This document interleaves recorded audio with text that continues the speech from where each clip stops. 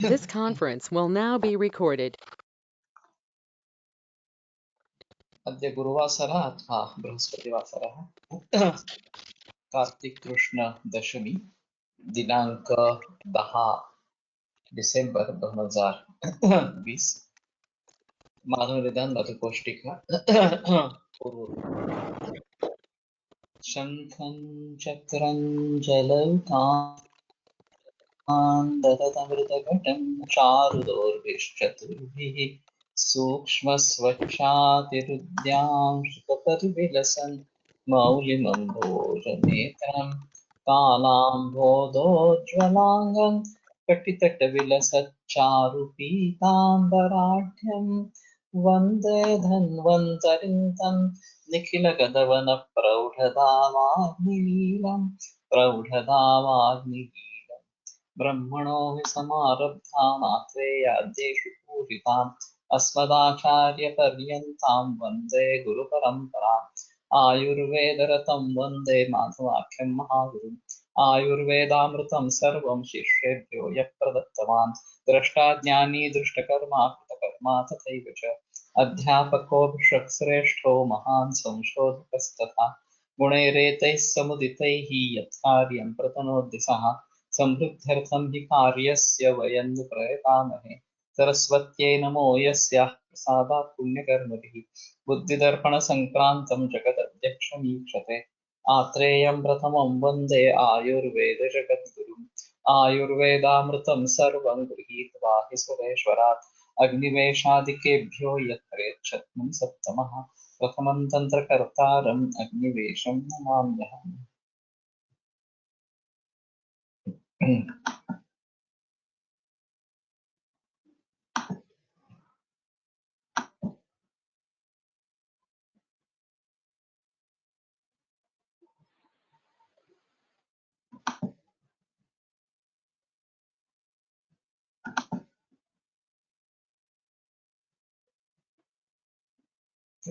So,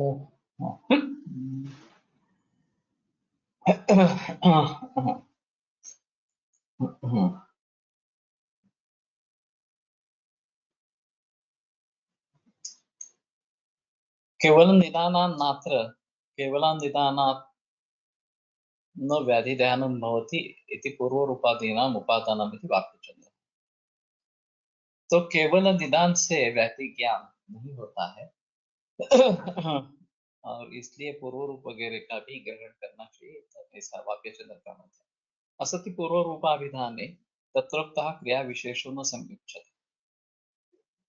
अब अगर पूर्व रूप नहीं बताया गया तो वहां पे जो क्रिया विशेष जो विशेष चिकित्सा बताई गई है उसकी प्राप्ति नहीं होगी, उसका संघटन नहीं होगा। उत्तमी चरके ज्वरस्य पूर्व रूपे लघुवचनम अपतर्पणम वा, कि ज्वर के पूर्व रूप में लघुवचन या अपतर्पण इस प्रकार का करना चाहिए।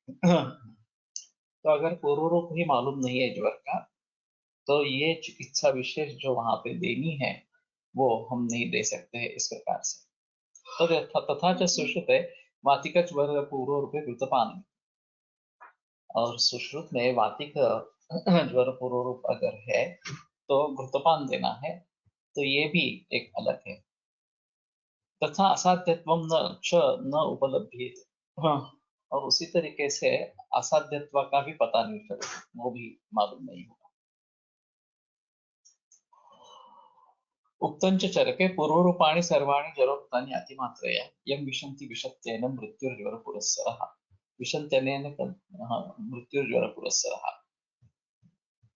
तो ज्वर में उक्त सभी जो पूर्व रूप है वो अति मात्रा में, बहुत बड़ी मात्रा में, यम विशंति, हाँ, यम नरम विशंति, जिस मानव में प्रवेश करती है, एनम मृत्यु ज्वर पुरस्सरः मृत्यु विशति, तो उसमें ज्वर जिसके आगे है इस प्रकार का मृत्यु भी प्रवेश करता है, तो निस्संशय उसका मरण हो जाता है जब भी सभी पूर्व रूप इस प्रकार से और अति मात्रा में इस प्रकार से ज्वर के अगर रहेंगे तो ज्वर जिसके आगे है इस प्रकार का मृत्यु भी उस शरीर में प्रवेश करता है।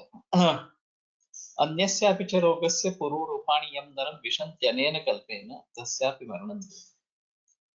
और सिर्फ ज्वर के बारे में ही नहीं, दूसरे रोग के भी सभी पूर्व रूप इसी प्रकार से अनेन कल्पेन विशन्ति, द्रव्यम नरम विशन्ति, इसी प्रकार से मनुष्य में प्रवेश करती है। तस्यापि वर्णन ध्रुवम, उसका भी मृत्यु निश्चित इस प्रकार का है। तो पूर्व रूपों के आधार पर अगर जो भी चिकित्सा वहां पे बताई गई है, वो अगर पूर्व रूपी हमें मालूम नहीं तो वो नहीं कर पाएंगे। ये एक चीज इस प्रकार की है। और असाध्यत्व के बारे में भी पता नहीं चलेगा। अगर सभी पूर्व रूप बहुत बड़ी मात्रा में मौजूद है तो ये पृष्ठ सूचक इस प्रकार का है, तो मृत्यु सूचक इस प्रकार का है। तथा रक्तपित्त प्रमेहयोः विशेष ज्ञानम च न जायते उक्तम च चरके। और उसी प्रकार रक्तपित्त और प्रमेह, इनमें विशेष ज्ञान नहीं होता अगर पूर्व रूप के बारे में पता नहीं है तो। उत्तम च चरके हारिद्र वर्णम वृद्धं च मूत्रम विना प्रमेह से पूर्व रूपे यो मूत्र तन्न वदेत प्रमेह रक्त से पित्त से ही सब प्रकोप। कि हारिद्र वर्ण या रक्त वर्ण मूत्र बिना प्रमेह से पूर्व रूपे, प्रमेह के रूप और पूर्व रूपों के बगैर अगर दिखाई दे रहा है तो यो मूत्र ये तन्न वदेत प्रमेह, तो उसको प्रमेह नहीं कहना चाहिए, रक्त से पित्त से ही सब प्रकोप, उसको रक्त पित्त ही समझ लेना चाहिए। तो यहाँ प्रमेह के पूर्व रूप एक क्रुशियल पॉइंट है, डिफरेंशिएटिंग पॉइंट है। अगर प्रमेह के पूर्व रूप साथ में है तो ये प्रमेह है, और अगर पूर्व रूप नहीं है इसके साथ में तो ये रक्तपित्त ही है, ऐसा समझ लेना चाहिए। तो कई बार ऐसा होता है कि पहले क्या हुआ था, ये जब हम पूछ लेते हैं और उसमें किसी के पूर्व रूप का पता चलता है, हाँ ये दंतादि नाम बलाढ्य पानी वगैरह इस प्रकार के हुए थे, तो पता चलता है कि अरे चलो ये प्रमेय है इस प्रकार से। तो पूर्व रूप है या प्रमेय है या और कोई व्याधि है, इसके बारे में जब सोचना पड़ता है तो पूर्व रूप अगर स्पष्ट है उस समय में तो उसके आधार पर कर सकते हैं, और पूर्व रूप नहीं है तो भी ये रक्तपित्त जैसे विकार के लिए उपयुक्त इस प्रकार का रहेगा। हाँ, तो प्रमेह और पूर्व रूप रक्तपित्त, ये खासियत है कि प्रमेह के पूर्व रूप होना या नहीं होना। प्रमेह के पूर्व रूप है तो प्रमेह लग समझ लेना चाहिए, प्रमेह के पूर्व रूप नहीं है तो रक्तपित्त ही है, ऐसा समझ लेना चाहिए। ये इसी प्रकार की दिक्कतें रक्तपित्त और रक्त प्रदर इसमें भी हो सकती है कि योनि मार्ग से बहुत ज्यादा रक्तस्राव हो रहा है, सामान्यतः निदान रक्त प्रदर इस प्रकार का होता है। लेकिन ये रक्तपित्त भी हो सकता है, तो वासा इसका परम औषध है रक्तपित्त का। तो वासा का प्रयोग करेंगे और ये रुक जाएगा तो समझ पाएंगे कि ये रक्तपित्त है इस प्रकार से। नहीं रुका तो ये रक्त प्रदर है, ऐसा भी कुछ लोगों का कहना है। यहाँ गणेश शास्त्री जोशी जी के यहाँ एक इसी प्रकार की औरत थी, और ऐसा ब्लीडिंग बहुत होता था। हाँ, और गणेश शास्त्री जोशी कहीं बाहर गाँव गए थे, तो फिर से पीरियड्स आए और बहुत ब्लीडिंग होने लगी। तो उस समय ये हिस्टेक्टमी नई प्रचलन में आई थी। एलोपैथिक डॉक्टर के पास गए तो उसने कहा अब कोई चारा नहीं है दूसरा, हम हिस्टेक्टमी करवा देंगे। फिर हिस्टेक्टमी हो गई, और वो होने के बाद वो फिर से गणेश शास्त्री जोशी जी के पास पहुंची जब वो वापस आए तो उन्होंने बोला कि तुमने बड़ी भूल की है, ये रक्त प्रदर नहीं था कि जो हिस्टेक्टमी से बंद हो जाए। मेरा निदान रक्त पित्त है, और यहाँ से नहीं तो दूसरे किसी मार्ग से वो आरंभ होगा। और वैसा ही हुआ, अब गुदगत रक्तस्राव होने लगा और उसको बचा नहीं पाए, उसकी मौत हो गई। तो ये किसके आधार पर उन्होंने निश्चय किया कि रक्तपित्त है और रक्त प्रदर नहीं है? मार्गात मार्गम इस प्रकार का रक्तपित्त के बारे में बताया गया है कि एक मार्ग से दूसरे मार्ग में चला जाता है। तो इस प्रकार जाता है तो भी असाध्य बताया गया है, ये भी एक चीज है उसमें। और फिर रक्त प्रदर सिर्फ गर्भाशय से रिलेटेड रहेगा। रक्त पित्त गर्भाशय हो, मूत्राशय हो या पक्वाशय गुद इस प्रकार का हो, उन सभी से जुड़ा हो सकता है। और फिर अगर हमारा निदान रक्त पित्त है तो उसके बारे में बहुत सजग इस प्रकार का होना चाहिए। अभी एलोपैथी में ये जो mechanical fixing of the problem इस प्रकार से करते हैं कि यूटेरस निकाल दिया, अब कोई प्रॉब्लम ही नहीं है, आना चाहिए, गॉल ब्लैडर निकाल दिया, इस प्रकार से वो धन्यता मानते हैं कि बस हमने पूरी तरीके से ट्रीटमेंट कर दी है और अब कोई आगे होने वाला नहीं है। ये वास्तव में बड़ी भूल है, क्योंकि उसकी जो संप्राप्ति है, उसका जो कारण है, वो नहीं देखा जाता।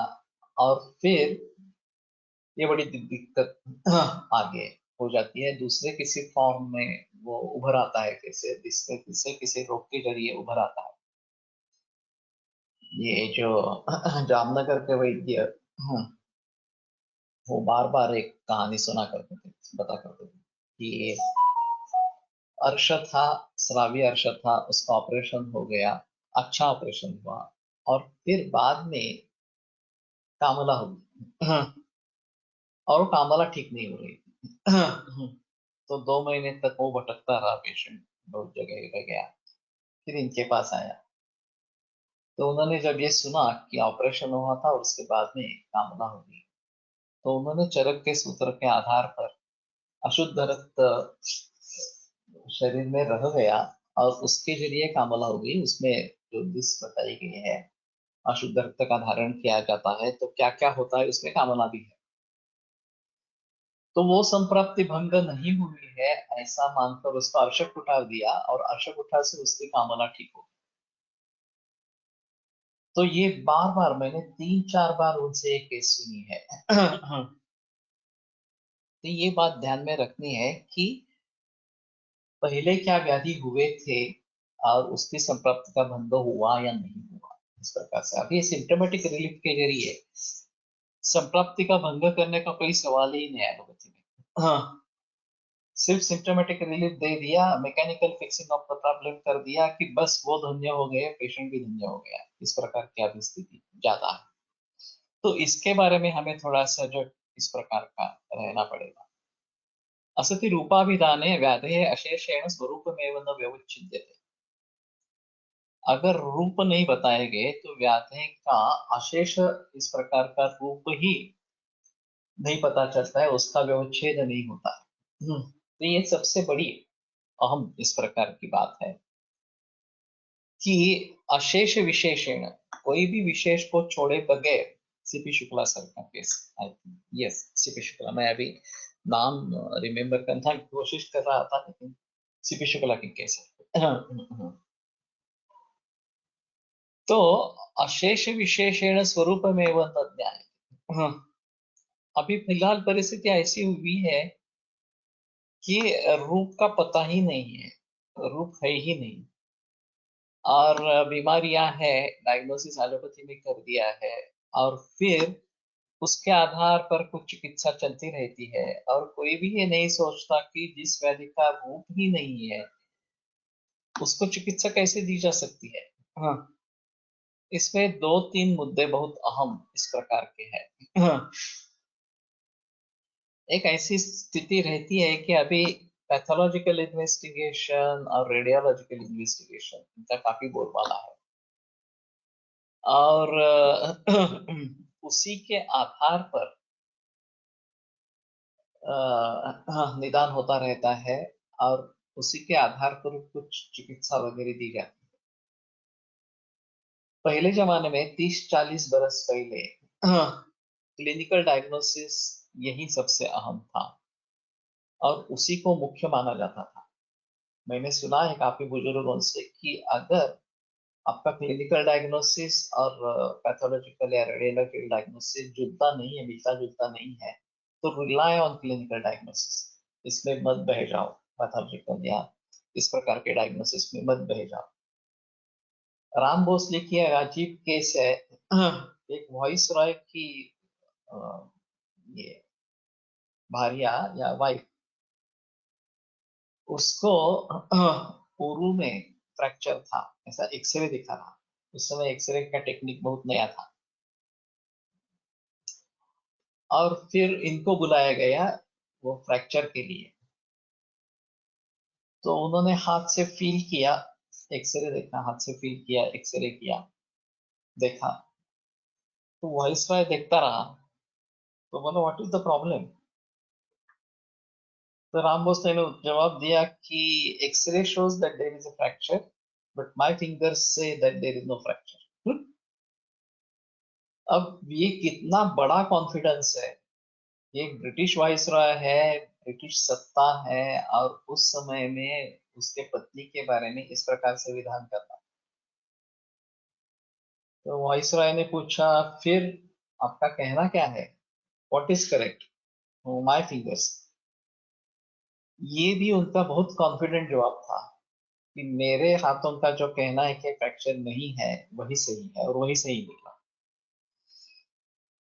तो उस जमाने में कहा करते थे कि अगर इसमें मिसमैच है तो अपने क्लिनिकल डायग्नोसिस पर भरोसा रखो और उसी के आधार पर चलो। हाँ।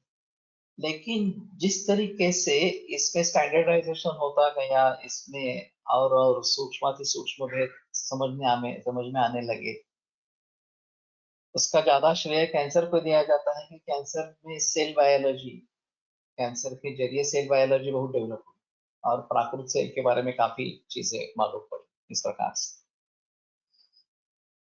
तो अभी स्थिति ऐसी रही है कि जो चीजें हम देख नहीं पाते हैं वो हमें इस प्रकार के पैथोलॉजिकल इन्वेस्टिगेशन से या बाकी इन्वेस्टिगेशन से हम पता लग जाता है। अभी हाल ही में एक केस मैंने पुदरस में एडमिट की थी। एक्चुअली वो डायरेक्टली ज्योति मुंदरगी ने मेरे पास भेज दी। हाँ, उसने भी देखी नहीं थी। और 83 बरस की उम्र थी और कामला हुई थी। हाँ। तो मैंने कहा कि एक बार सोनोग्राफी करवा लेते हैं। हाँ।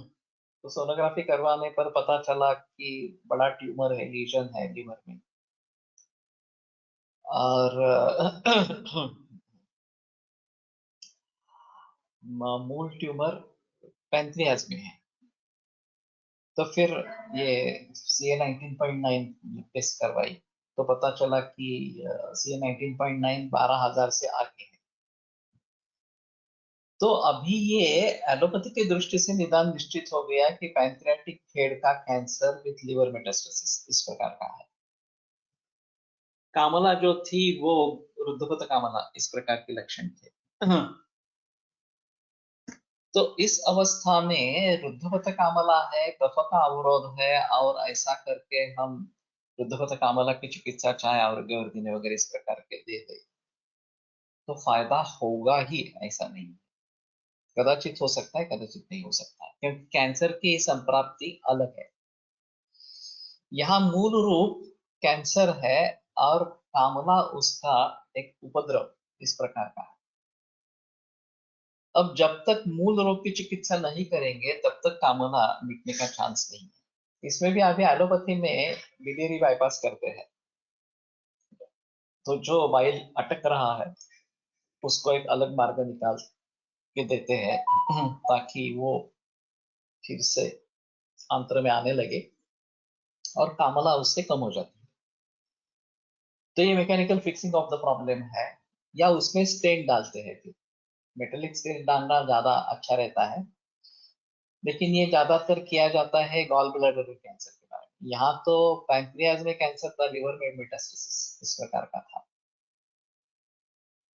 अगर मैं ये इन्वेस्टिगेशन नहीं करता या फिर मुझे दूसरे किसी सहायता से ये कैंसर हो सकता है, ये आशंका नहीं हो, तो बड़ी दिक्कत हो जाती है। हम सिर्फ केवल ये रुद्धपत कामला है इस प्रकार से चिकित्सा करते रहेंगे और उससे सफलता नहीं मिली तो बाद में कोई एलोपैथी वाला डॉक्टर इन्वेस्टिगेशन करवा लेगा और फिर बताएगा अरे मूर्ख है, तो मालूम ही नहीं था कि ये कामला नहीं है, ये तो कैंसर है, पैंक्रियाटिक कैंसर है इस प्रकार से।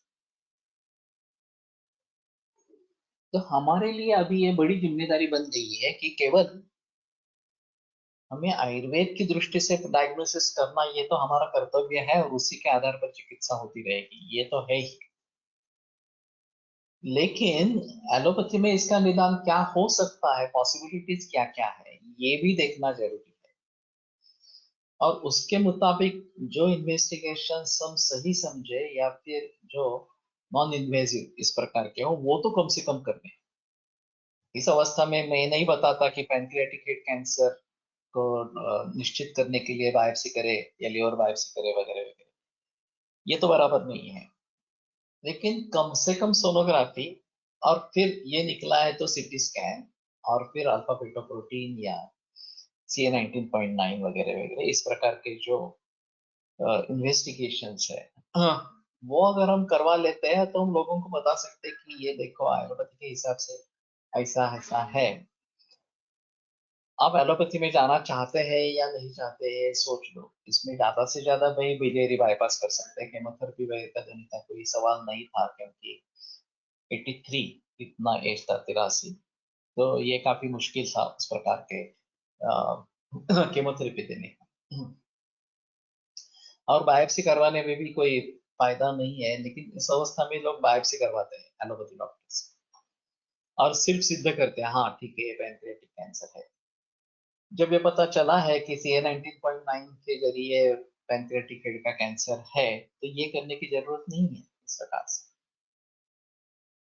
लेकिन अभी वैद्यों पर ये दुगनी जवाबदारी आ गई है, रिस्पॉन्सिबिलिटी जो है उनकी बढ़ गई है कि आयुर्वेद की दृष्टि से क्या करना है तो उन्हीं को सोचना है, आयुर्वेदीय निदान क्या होगा ये तो उन्हीं को सोचना है। चाहे अब इसमें पता चला कि ये कैंसर है, तो कैंसर की आयुर्वेदीय संप्राप्ति क्या है, उसके पूर्व रूप रूप वगैरह कैसे है, इसके बारे में सोचना ये एक अलग बात हुई, या दोष दुष्ट क्या है, अग्नि कैसा है, ये सब सोच लेना। हाँ, इसमें एक ऐसा भी था कि शायद ब्रेन में मेटास्टेसिस था, हमने पूरा पेट स्कैन तो नहीं करवाया, सीटी एब्डोमेन करवाया, तो बहुत बड़बड़ करते थे, कुछ आभास उनको होते रहते थे वगैरह वगैरह इस प्रकार से, तो ये भी शायद पॉसिबिलिटी की ब्रेन में भी मेटास्टेसिस था। लेकिन हुआ ऐसे कि मैंने कहा था कि आप अगर किसी दूसरे अस्पताल को लेके जाना चाहते तो लेके जाइए, हमारे हिसाब में भी केस अच्छी नहीं है, तो बचने के चांसेस बहुत ही कम है, तो अगर यहीं पे ट्रीटमेंट करनी है तो यहीं पे ट्रीटमेंट करेंगे। तो बोले कि नहीं ठीक है यहीं पे रहने दो, हम नहीं लेके जाएंगे कहीं से। उनकी 2 दिन में ही मौत हो गई उसके बाद। तो कहने का तात्पर्य अर्थ ये है कि इस प्रकार की अगर मरीज इन्वेस्टिगेशंस के जरिए हमारे सामने आते हैं तो एक बड़ी अहम चीज हो जाती है, और इसीलिए एलोपैथी राज करती है कि जो बातें क्लिनिकल डायग्नोसिस में समझ में नहीं आ रही, क्लिनिकल डायग्नोसिस में हमारे लिए रुद्रपथकामला ही है। और पहले जमाने में जो रुद्रपथकामला होती थी, कफ का अवरोध होता था और उसको निकाल दिया, वो अवरोध दूर कर दिया तो बात खत्म हो जाती।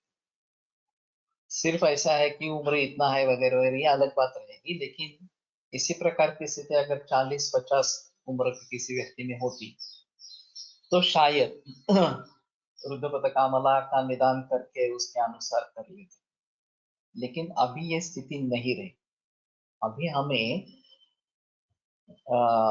केवल ऊर्ध्वगत ही है या कुछ और है, ये देखने के लिए कुछ करना पड़ेगा।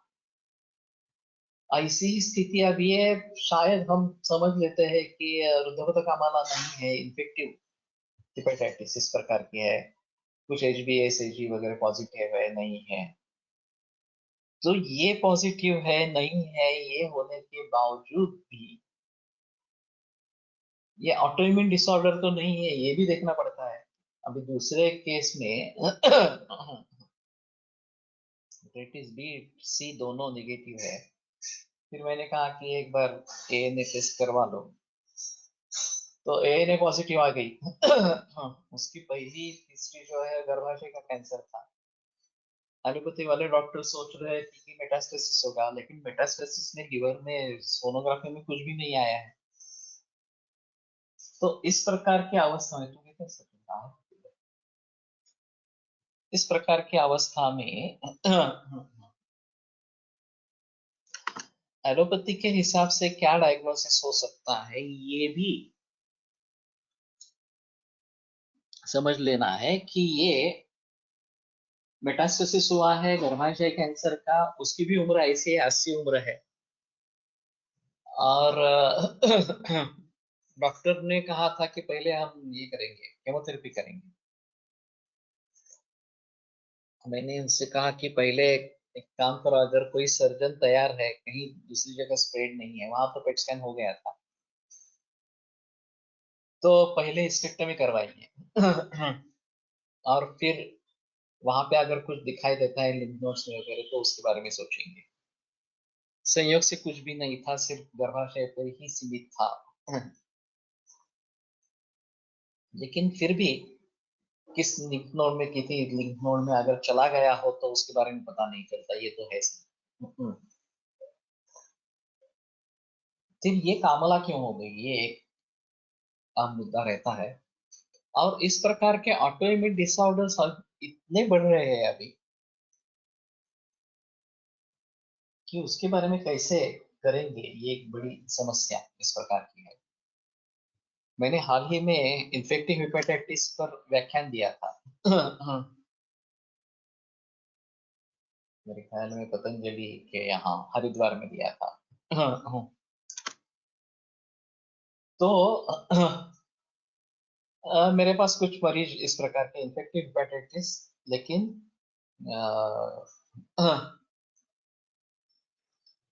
ऑटो इम्यून डिसऑर्डर, ये इस प्रकार के हैं। अभी ऐसा ही एक केस था कि बहुत बुखार रहता था, और टाइफाइड की टेस्ट पॉजिटिव थी, विडाल एएनए करवाई, तो एएनए में पता चला कि ऑटो इम्यून डिसऑर्डर है, और ये फॉल्स पॉजिटिव हो सकती है, विडाल टेस्ट फॉल्स पॉजिटिव हो सकती है। तो ये भी एक अहम चीज है कि उसके बारे में हमें कुछ पता नहीं, ये बताकर चलेगा नहीं, लोग मानते नहीं है। कि लोग समझते हैं कि एलोपैथी का जो डायग्नोसिस है वही फाइनल डायग्नोसिस है, तुम्हारा डायग्नोसिस क्या है उसका कोई लेना देना नहीं है।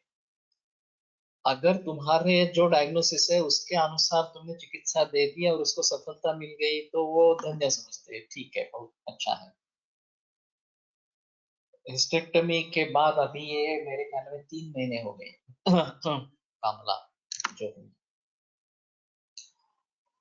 और दूध ले रही थी, 2 लीटर दूध ले रही थी,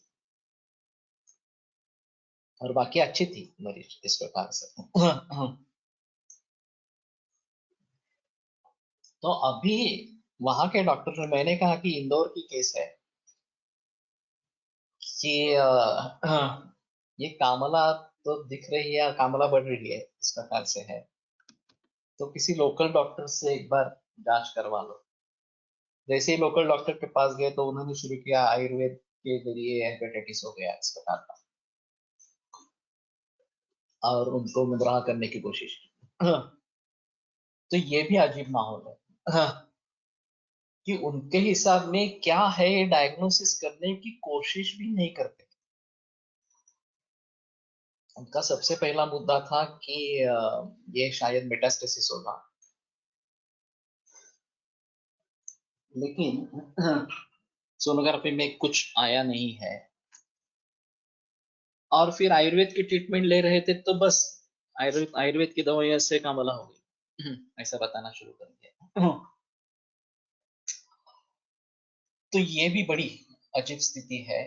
और जब भी कोई मौका मिलता है तो एलोपैथी में इस प्रकार का ही जिक्र होता रहता है कि आयुर्वेद को किसी न किसी के तरीके से कोसना है, और लोगों को गुमराह कर देना है इस प्रकार से।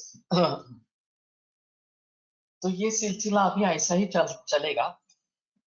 तो हमें थोड़ा सा उसके बारे में सजग रहना पड़ेगा, और उनसे बात करनी पड़ेगी। वो तो बात करने के लिए तैयार नहीं होते, वो सिर्फ एक अपप्रचार करने के लिए ये अच्छा मुद्दा इस प्रकार के उठाते रहते हैं। उसमें कुछ साइंटिफिक एविडेंस वगैरह ऐसा कुछ नहीं रहता, लेकिन लोगों को बताने के लिए और लोगों को गुमराह करने के लिए अच्छा इस प्रकार का।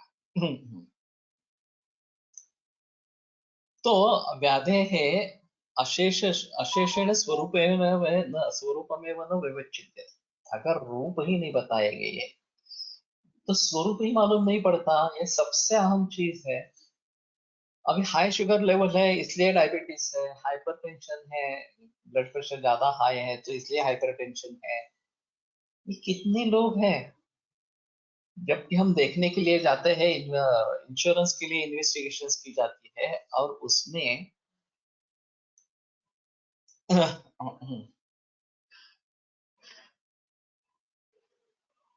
हाँ, लेकिन इस उम्र में रेडिएशन करना हाँ बराबर नहीं है। 80 साल की उम्र में हिस्टेरेक्टमी के बाद रेडिएशन करना बराबर नहीं है, और उससे जो दुष्परिणाम होंगे उसको कैसे निपटाएंगे। तो इसके बारे में हिताहित का विचार ही नहीं है।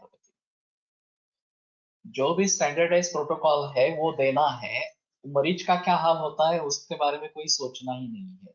ये सबसे अहम चीज है। तो जबकि किसी भी लिम्फ नोड्स में कुछ भी नहीं था तो ये देने की कोई आवश्यकता इस प्रकार की नहीं। मैंने एक दूसरा अनुभव बहुत पुराने सालों में दिया है कि 92 एज था, ब्रेस्ट कैंसर था। और फिर मैंने कहा कुछ मत करो, लोकल ट्रीटमेंट देते रहेंगे और अभ्यंतर चिकित्सा जो है वो करते रहेंगे। वैसे उसको तकलीफ कुछ नहीं थी, और ये डायग्नोसिस क्लिनिकली किया था। हाँ, हार्ड डम था, बड़ा था बहुत इस प्रकार से, और इमूवेबल इस प्रकार का था। हाँ, दवाई दे दी और उसको पहली बार मैंने नीलगिरी का बीज लेप लगाने के लिए दे दिया, और उससे काफी इम्प्रूवमेंट हो गई। वो गांठ बहुत ही कम हो गई, जो बहुत बड़ी थी वो बहुत ही कम हो गई, कुछ मिलीमीटर्स में आ गई। वैसे पेशेंट ठीक थी, कोई प्रॉब्लम, बाकी प्रॉब्लम कुछ नहीं था। कुछ दिनों के बाद महीनों के बाद शायद, हाँ, उसको कामला हुई इसी प्रकार से, और वो सीधी कोमा में चली गई। तो फिर उसको एडमिट किया संजीवन में, पूना में। उसमें हिस्ट्री में लिखा था कि ब्रेस्ट कैंसर इस प्रकार से। तो धनंजय केड़कर ने केस देखी, हाँ, तो उसने कहा कि रिपोर्ट्स कहाँ है, तो उन्होंने कहा नहीं, सिर्फ एक क्लिनिकल डायग्नोसिस है। तो ऐसा कैसे मान सकते हैं क्लिनिकल डायग्नोसिस को। तो नीलगिरी का बीज मिलता है।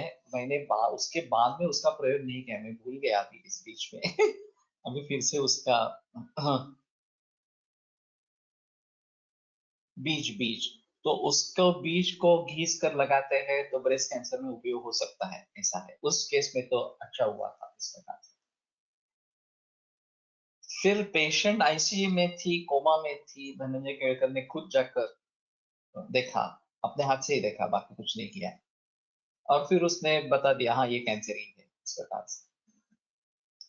तो फिर सोचने लगे तो ये कैंसर है तो ये डेफिनेटली हेपेटिक मेटास्टेसिस होगा। सोनोग्राफी में कुछ नहीं आया, स्कैन में भी कुछ नहीं आया, और फिर पता ही नहीं चला कि कामला क्यों हुई। बाकी ये इन्फेक्शंस भी नहीं थे, और फिर उसी में डेथ हो गई, 4-5 दिन के बाद डेथ हो गई। तो ये केस ऐसी ही रहेगी। लेकिन मैंने जब जांच की थी क्लिनिकली और मैंने निर्धारित किया था कि ये ब्रेस्ट कैंसर है, मुझ में और धनंजय केड़कर में काफी अंतर है। धनंजय केड़कर जाने माने ऑन्को सर्जन है, तो उनकी बात को कोई टाल नहीं सकता कि हाँ ये कैंसर ही है इस प्रकार से। मेरे बात को कौन विश्वास करे। तो ये काफी पुराना हादसा है। और फिर वो बताने लगे कि नहीं ये जरूर मेटास्टेसिस होगा, मेटास्टेसिस का भी पता नहीं चला, और वैसे ही कोमा में ही उनकी डेथ हो गई, और कुछ नहीं कर पाए आगे। लेकिन 92 से ज्यादा उम्र थी, तो ज्यादा कुछ बता नहीं सकते हैं। टोप्या झाडाखाली पडतात त्या का, वही होगा शायद ये। हाँ, जरा देखो, नेट पे सर्च करो, उसमें ऐसे छिद्र ऐसे जैसे रहते हैं, और उसको घिस कर लेप करते हैं इस प्रकार से। तो कहने का मतलब ये है कि क्लिनिकल डायग्नोसिस और पैथोलॉजिकल रेडियोलॉजिकल डायग्नोसिस, इसमें काफी अंतर हो सकता है। और जिन मरीजों को ये कह रहे हैं कि इनका हाइपरटेंशन है, इनका ब्लड प्रेशर है, इनका हेपेटाइटिस बी पॉजिटिव है, एचआईवी पॉजिटिव है, सिम्टम्स कुछ भी नहीं, तो ऐसे मरीजों के बारे में हम क्या करेंगे? हमारे हिसाब में रूप ही नहीं है बताया गया, कोई लक्षण नहीं है, तो लक्षण नहीं है तो उसको ट्रीट कैसे करेंगे? एलोपैथी में तो इनको डिसीज माना जाता है और उनको ट्रीटमेंट शुरू कर देती है। अगर हाइपरटेंशन है तो हाइपरटेंशन की, शुगर है तो शुगर की, वगैरह वगैरह इस प्रकार से। हेपेटाइटिस बी के लिए कुछ ट्रीटमेंट नहीं है उनके पास, अभी कुछ एंटीवायरल देने लगे हैं। एचआईवी के लिए भी एंटीवायरल देने लगे हैं इस प्रकार से। लेकिन पहले जमाने में तो उसके लिए कुछ ट्रीटमेंट इस प्रकार की नहीं होती थी। और सिर्फ देखते रहना, हेपेटाइटिस बी पॉजिटिव है तो पॉसिबिलिटी है कि वो कैंसर में कन्वर्ट होगा, या फिर पूरे आगे कामला या उदर इस प्रकार का होगा, और बाद में पता चलता है कि ये हेपेटाइटिस बी की वजह से हुआ है। तो हेपेटाइटिस बी को हम नजरअंदाज नहीं कर सकते। हाँ, या हाँ ठीक है, रहने दो इस प्रकार से। एक तो हमारी इम्यूनिटी बढ़ाकर उसको नष्ट करना है, ये एक चीज उसमें आवश्यक इस प्रकार की रहेगी। हेपेटाइटिस बी अगर पॉजिटिव इस प्रकार की है तो मेरे ख्याल में इस प्रकार का डायग्नोसिस लेके जब हमारे पास मरीज आते हैं कि हेपेटाइटिस बी पॉजिटिव है, एचआईवी पॉजिटिव है, लेकिन एड्स के लक्षण कुछ भी नहीं है, शुगर लेवल हाई है लेकिन डायबिटीज के लक्षण नहीं है, हाइपरटेंशन है लक्षण कुछ नहीं है, तो उनके बारे में हम कैसे करेंगे? तो दो तीन तरीके होते हैं। एक व्यभिचारी हेतु नाम के हमारे यहाँ वर्णित है, पूरी लाइफस्टाइल की हिस्ट्री ले लो, और जिसमें जो स्वास्थ्य के हेतु नहीं है बल्कि दोष के या रोग के हेतु है, ऐसी जो है लिस्ट वो निकालो। ब्राह्मी मुहूर्ते उत्तिष्ठे, ये उठना जरूरी है, ब्राह्म मुहूर्त पे उठ नहीं रहा है, ये भी हमारे हिसाब में एक हेतु इस प्रकार का हो गया। दही खा रहा है, अचार खा रहा है, बहुत तली हुई चीजें खा रहा है, वगैरह वगैरह, ऐसे जो भी हमारे सामने आएंगे, हाँ, हेतु, उन सभी हेतुओं को टालने के लिए कहेंगे संक्षेपतः क्रिया व निदान परिवर्तन। इसमें ये भी हेपेटाइटिस बी के बारे में, एचआईवी के बारे में ये भी देखना पड़ता है कि सेक्सुअली ट्रांसमिटेड डिसीज है, तो अगर पत्नी को है तो पति को है क्या, पति को है तो पत्नी को हो गया है क्या, ये भी देखना पड़ेगा। पत्नी को है तो फिर बच्चों में आया है क्या, ये भी देखना पड़ेगा इस प्रकार से। और अगर है और सिम्टम्स नहीं है तो उनको भी ट्रीट करना पड़ेगा।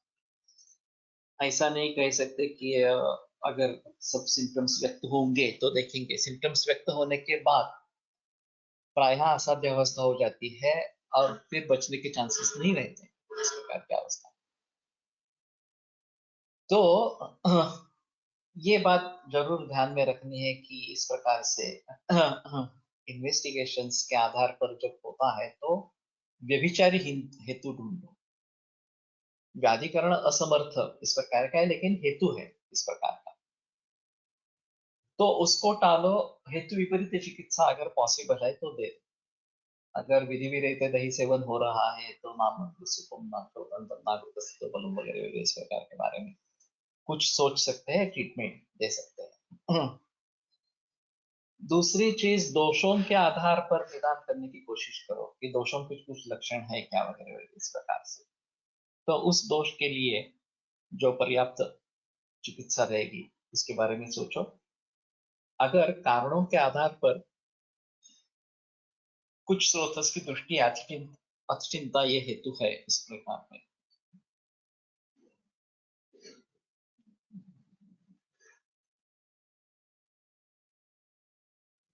नहीं, ये कुछ बड़ा होता है तो बीज नहीं कहेंगे, इसका कुछ अंग होगा। और करीबन ये 2-3 सेंटीमीटर वगैरह इतना बड़ा होता है, फनेल जैसा होता है थोड़ा सा। तो उसका क्या अंग है देखेंगे। हाँ, तो नीलगिरी का बीज नहीं है, तो बीज निकल जाता है, वो इन्फ्लोरेसेंस जो रहता है वो शायद होगा। हाँ, तो थोड़ा और ढूंढो। एक बार योगिनी पाटिल से बात करते हैं, केस योगिनी पाटिल के पहचान में थी। और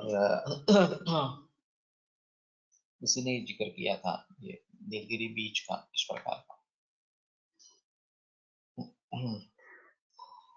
तो उसके बारे में थोड़ा सा देखेंगे। मैं भी काफी दिनों से भूल गया हूँ, और ब्रेस्ट कैंसर के बहुत पेशेंट्स है, तो ये आरंभ कर सकते हैं। अभी मैं वच्छा कांचना पहले बता रहा हूँ, लेकिन ये भी उसमें जोड़ देंगे तो ज्यादा बेहतर इस प्रकार का रहेगा। तो कहने का तात्पर्य अर्थ ये है कि दोष या दूष्य के आधार पर, जो कारण है उसके आधार पर, अगर हम कुछ बात समझ पाते हैं कि यहाँ चिंतानाम जाति चिंतना वस्तु दृष्टि है, तो रसपाचक तो कम से कम दे देंगे, वसंत कुसुमा का प्रकार का प्रयोग करेंगे वगैरह। दूसरी एक चीज होती है दातार गुरु जी के अनुसार परीक्षण करना। यकृत लिहा और ये जो वृक्क, वो जो कहते हैं, उनका परीक्षण किस प्रकार का है, और उसके आधार पर कुछ दवाइयां दे सकते हैं, फलत इत्यादि हो, वृक्षवादी हो, हरड़ हो, जो भी हो इस प्रकार से। तो ये एक अलग अलग चीज होती है। और तीसरा, कुछ भी नहीं कर पाते हैं तो रोग जो होता है वो दोष और दुष्टों के जरिए होता है, तो पंचकर्म करवा लेना। ये सबसे आम है कि दोष की चिकित्सा पंचकर्म के द्वारा अच्छी हो जाती है। और फिर रसायन चिकित्सा देते रहना, वो रसायन में कौन सा रसायन प्रयोग करना है उसके बारे में सोच सकते हैं। हाँ, तो ये फिर कारणों के आधार पर, बाकी परिस्थिति के आधार पर, चाहे वर्धमान पीली देनी है, च्यवनप्राश देना है, या और कुछ देना है, इसके बारे में सोच सकते हैं। तो इतना सब होने के बाद ये पॉसिबिलिटी है कि ये मिट जाए, जो इन्फेक्शन है इस प्रकार का, वो मिट जाए। मैंने एक अजीब केस बेंगलोर में ट्रीट की थी, असाइटिस था। और इनके हिसाब से किडनी फेलियर था, HCV पॉजिटिव था। तो मैंने दवाइयां शुरू की, और विरेचन वगैरह इस प्रकार के देते रहे। वो मूत्र विरेचन, कांचनार गुड़ व वचाले, कांचनार गुड़ और वचा, इस प्रकार का। तो वो उधर कम होता गया, बाकी लक्षण भी कम हुए। हाँ, और फिर हमने फिर से HCV, तो निगेटिव आई। तो डॉक्टर ने बताया कि मैं रिपोर्ट नहीं दूंगा। हाँ, तो मैंने कहा क्यों, रिपोर्ट क्यों नहीं देना, तुमने तुमने ही रिपोर्ट किया है, तो तुम्हें रिपोर्ट देना चाहिए इस प्रकार का। तो बोला ऐसा होता ही नहीं है, हेपेटाइटिस सी निगेटिव हो गया ऐसा मैंने देखा ही नहीं है, आप में एलोपैथी में इस प्रकार का जिक्र ही नहीं है। तो मैंने कहा आपत्ति क्या है आपको, लेकिन डिक्लेयर करने में हो सकता है, तो आपने ही किया है तो करना चाहिए, देना चाहिए इसका। तो उसका कहना था कि उसका डायलिसिस, हेपेटाइटिस सी वाला एक अलग मशीन था, वहां 3 मशीन थे, एक सामान्य रूप से मशीन, एक हेपेटाइटिस बी के लिए और एक हेपेटाइटिस सी के लिए। तो उसका डायलिसिस सिर्फ हेपेटाइटिस सी वाले मशीन पर चल रहा है। अब उसको, इस मरीज को सामान्य मशीन पर शिफ्ट करना चाहिए, इस आदमी को। क्योंकि अगर वहीं पे वो करता रहेगा तो उसको फिर से हेपेटाइटिस सी बस हो जाएगा।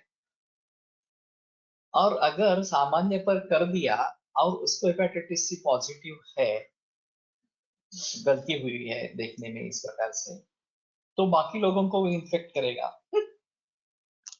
तो मैंने कहा तुम्हारे टेस्ट पे अगर अगर विश्वास है तो उसको शिफ्ट कर दो सामान्य लोगों के ऊपर। मालूम नहीं उसने शिफ्ट किया नहीं किया इस प्रकार से। लेकिन ये दिक्कत वाली बात हो सकती है। और वो मानने के लिए तैयार ही नहीं था कि होता ही नहीं है। मैंने कहा तुमने ही की है, तो तुम कैसे बता सकते हो कि होता ही नहीं है? तुमने खुद देखा है अपने आंखों से रिजल्ट।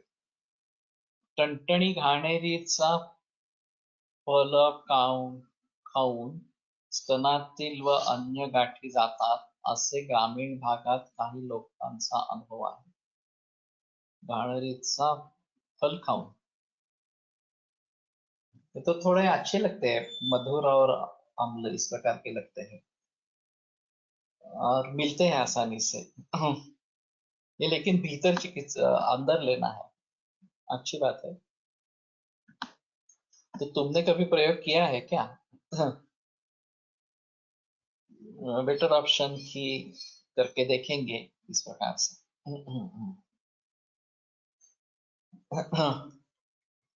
तो कहने का तात्पर्य अर्थ है कि इस प्रकार में अगर पंचकर्मा और रसायन करवाते हैं तो सभी रोगों की चिकित्सा हो सकती है।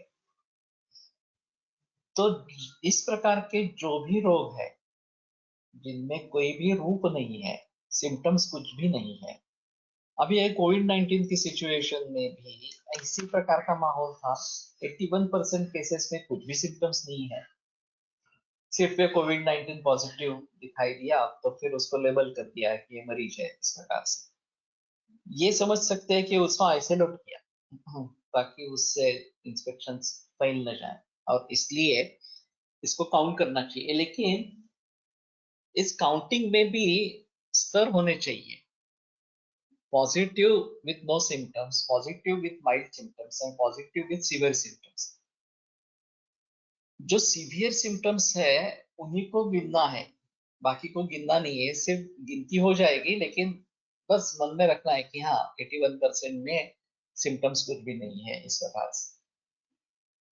लेकिन ये स्ट्रैटेजी भैया ऐसी है कि ये काउंट बढ़ाते ही जाना है, काउंट कम करने का कोई सवाल ही नहीं है। जो ठीक हुए हैं उनके बारे में वो उनको कम कर देना है उनका नंबर, ये कोई नहीं है इस प्रकार से। तो इस प्रकार की सिचुएशन में मरीज डिप्रेशन में चले जाता है कि कोविड पॉजिटिव है, ये सुनने पर ही डिप्रेशन में चले जाते हैं।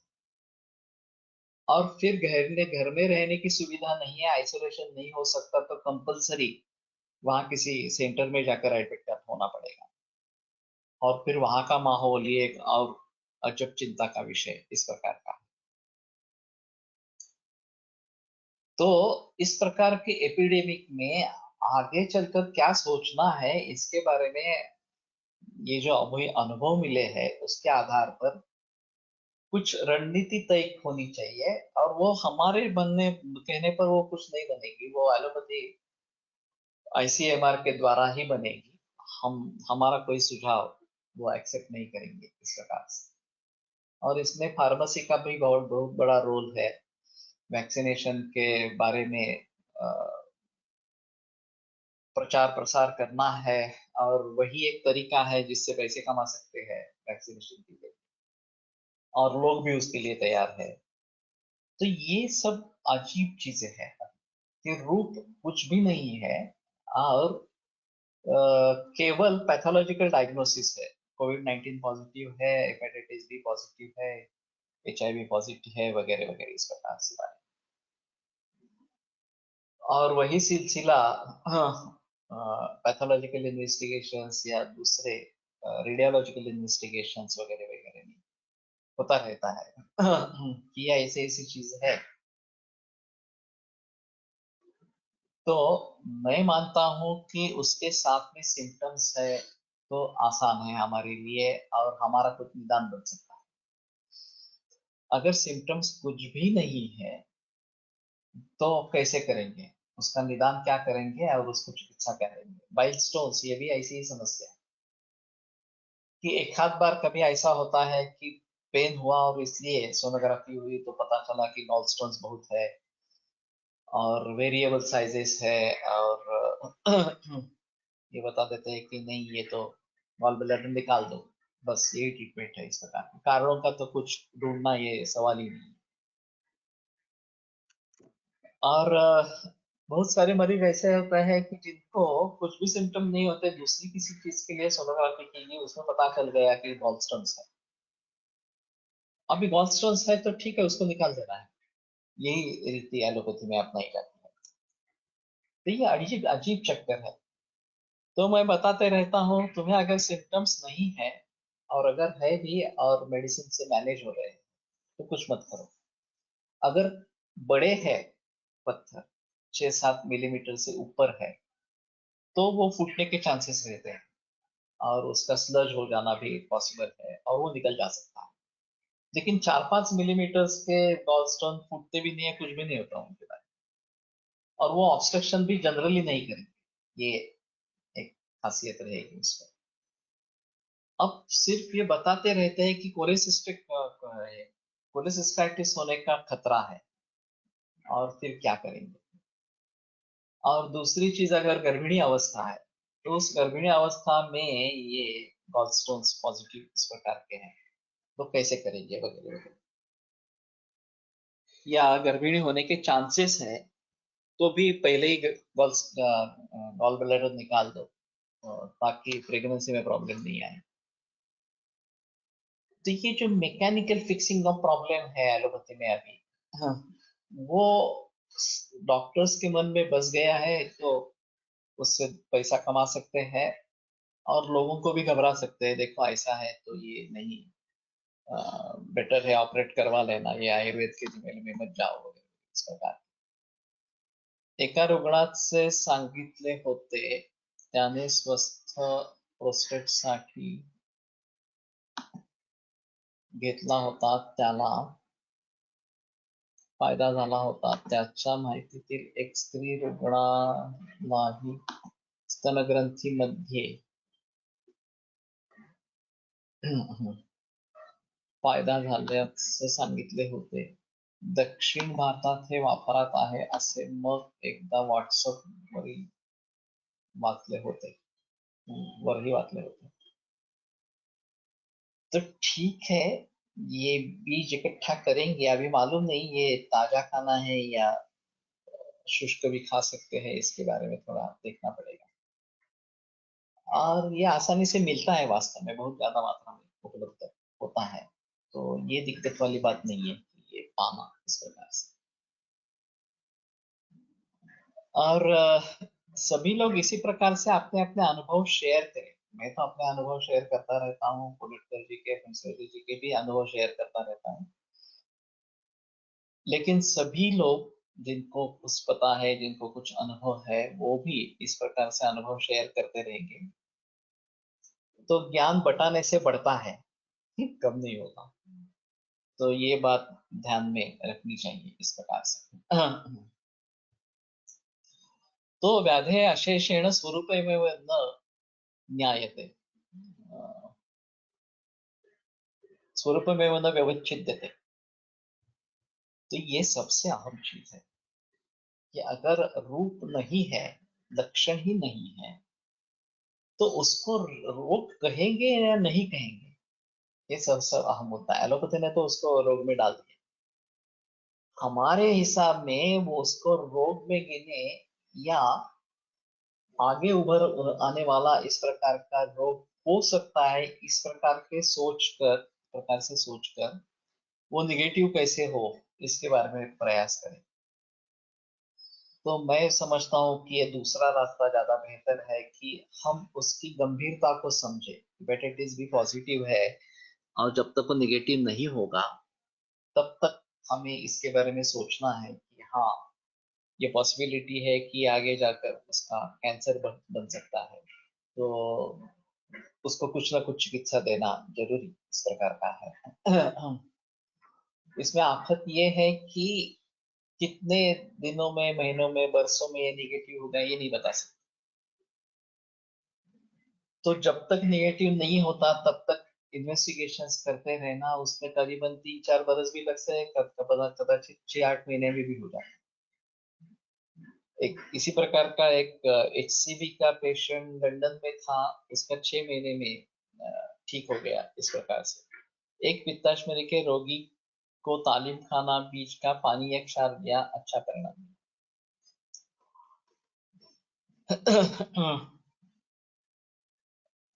ये मिलता है क्या तालीम खाना बीज का पानी एक क्षार?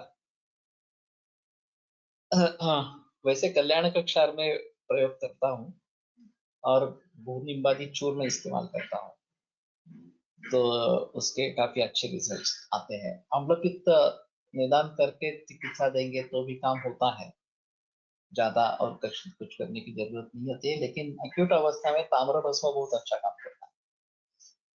जबकि पेट में बहुत दर्द हो रहा हो, उल्टी हो रही हो, उस अवस्था में सूक्ष्म ताम्र अगर मूली के रस के साथ या शहद के साथ इस प्रकार से देते हैं, सिर्फ अकेले नहीं देते, उसके साथ में ये बुरिम्बादी चूर्ण वगैरह भी देते हैं या धातु लोह भी देते हैं कभी कभी।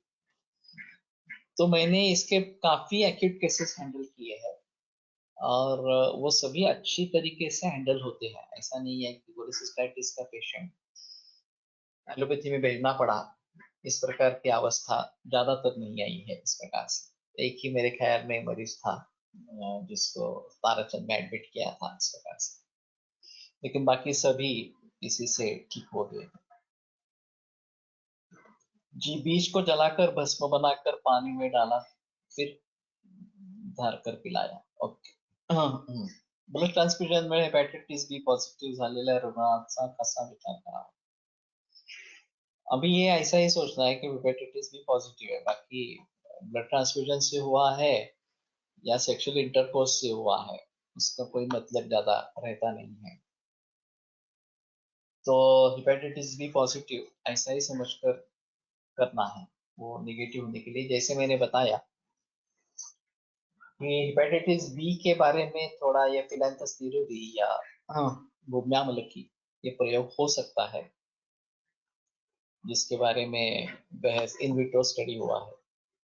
माझ्या एका गॉल्स पेशंट गॉलस्टोनसाठी आला होता, त्याला सूचक कार्यक्रम दिली, 2 महिने औषध सोनोग्राफी केली नव्हती, मग त्रास नाही म्हणून भेटायला आला नाही, 6 महिन्याने ऍसिडिटी झाली म्हणून त्याच डॉक्टरकडे सोनोग्राफी स्टोन्स नव्हते, आयुर्वेदिक औषध ऍसिडिटी झाली असं डॉक्टरनी सांगितलं। बदनामी करता तसे पेशंटने स्वतः सांगितले। ये अच्छा खासा है। अभी क्या है, आप आयुर्वेदिक दवा ले रहे हैं ऐसा आपने डिक्लेयर किया, तो जो भी आपकी बीमारी है वो आयुर्वेदिक दवा से हो गई है ऐसा बताते रहते। इफ द पित्ताशमरी is big, can it get impacted during Ayurvedic treatment? How to manage this? ये हो सकता है, इम्पैक्ट हो सकता है। तो एक्यूट पेन होगा और ये ताम्रभस्म वगैरह इस प्रकार का प्रयोग करके ज्यादातर होता है ये ठीक। अगर मैं नहीं बताता कि सर्जरी करने की जरूरत नहीं ही पड़ेगी, इस प्रकार से हो सकता है सर्जरी की भी जरूरत पड़े उचित इस प्रकार से, लेकिन उसमें भी गॉल ब्लैडर निकाल देना ये ठीक नहीं है। लिथोट्रिप्सी वगैरह जैसा टेक्निक करके स्टोन्स को निकालना यही ज्यादा अच्छा इस प्रकार का है। लेकिन ये तो मानते नहीं, ये तो सब करते हैं कि नहीं नहीं ये निकाल ही देना चाहिए। तो अभी सभी जगह यही माहौल है कि आयुर्वेद की ट्रीटमेंट ले रहे हैं तो किसी ना किसी तरीके से आयुर्वेद को बदनाम कैसे कर सकेंगे, ये चल रहा है जिक्र, सभी जगह जिक्र चल रहा है, तो उससे थोड़ा हमें सावध इस प्रकार का रहना चाहिए। और ज्यादा कुछ नहीं कर सकते, हमारी वैद्यों की संख्या ही बढ़नी चाहिए, अच्छे वैद्यों की। तो ये अपने आप मरीज उनके पास जाना छोड़ देंगे और हमारे पास आएंगे, बाकी कुछ करने की जरूरत इस प्रकार से नहीं पड़ेगी। तो ठीक है, यहीं पे आज रुकते हैं, कल फिर सिलसिला आगे रहेगा, चालू रहेगा।